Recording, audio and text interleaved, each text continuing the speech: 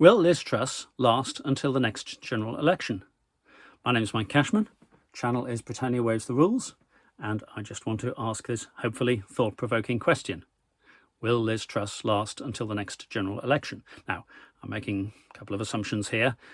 Firstly, that the Tory membership will elect Liz Truss as the next Tory leader and therefore Prime Minister, that she will form a government, become Prime Minister, and lead the Tories for the moment. And that the next general election will probably not be until late 2024, or even they can dissolve Parliament 5 years after the last general election, hold an election in January 2025.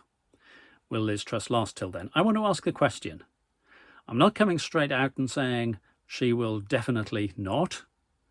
I have made predictions before. I said Boris Johnson would not be ousted until mid-term, and then would be ousted in mid-term in 2022. And as we got closer to it, I suggested it would be in July so that the new leader could receive a coronation at the autumn party conference.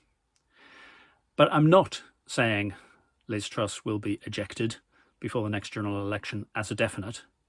But I'm asking the question because she is in an extraordinarily weak position. When Boris Johnson was elected, the MPs and the Tory party at large were clamouring for Johnson as their leader. That's who they wanted. That was 2019.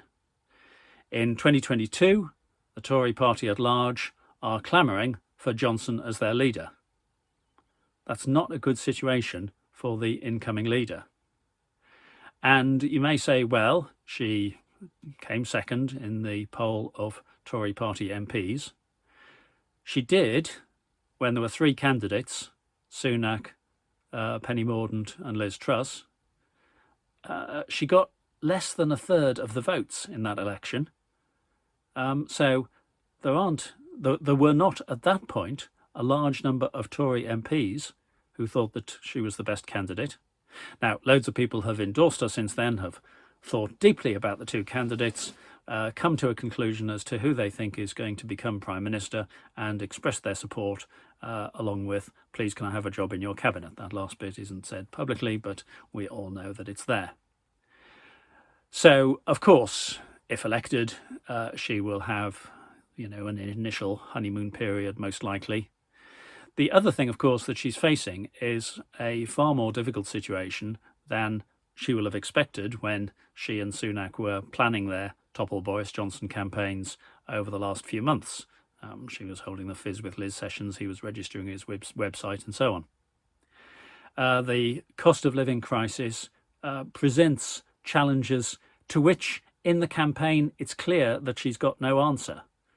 So tax cuts is there as a Tory membership policy, so it will appeal to the Tory membership, which is a tiny percentage of the electorate, and it may get her into office as Prime Minister, but it's an absolutely useless policy for helping the most vulnerable with their fuel bills. For those who don't pay tax, it doesn't help them at all. So she is not well equipped to deal with the challenges that are coming her way. And you may say, well, surely, having elected her, the Tories wouldn't elect a Tory leader and then throw them out before the next general election.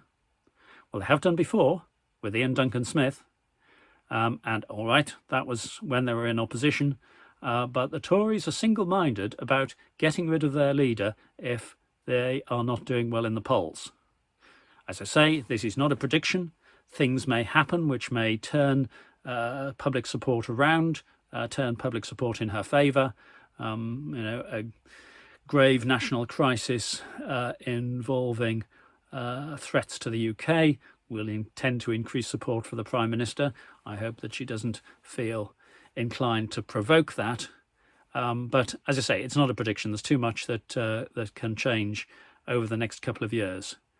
But if you're looking at this leadership election and saying, well, whoever the Tories elect will lead them in